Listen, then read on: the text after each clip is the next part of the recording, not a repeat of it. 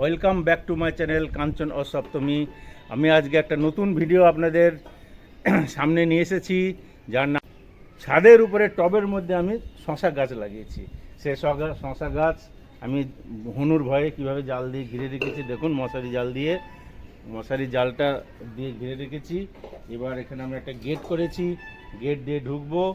দেখুন এই গেট দিয়ে আমরা ঢুকবো, ঢুকে ভিতরে শশা গাছ আমি দেখাবো। এই যে দেখুন, এই যে শশা গাছ, শশা ধরেছে দেখুন।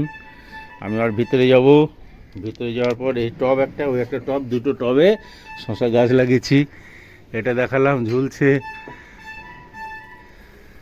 এখানে একটা আছে, এখানে দুটো আছে, আর এই যে এখানে জালি পড়েছে,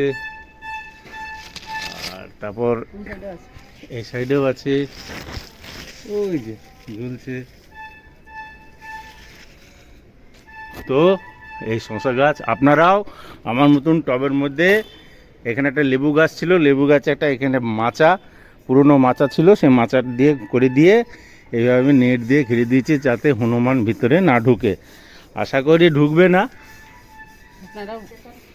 তো এই শশা গাছ দুটো অবশ্য আমার ছোটো বৌমা সাগরপাড়া থেকে বীজ নিয়ে এসেছিল।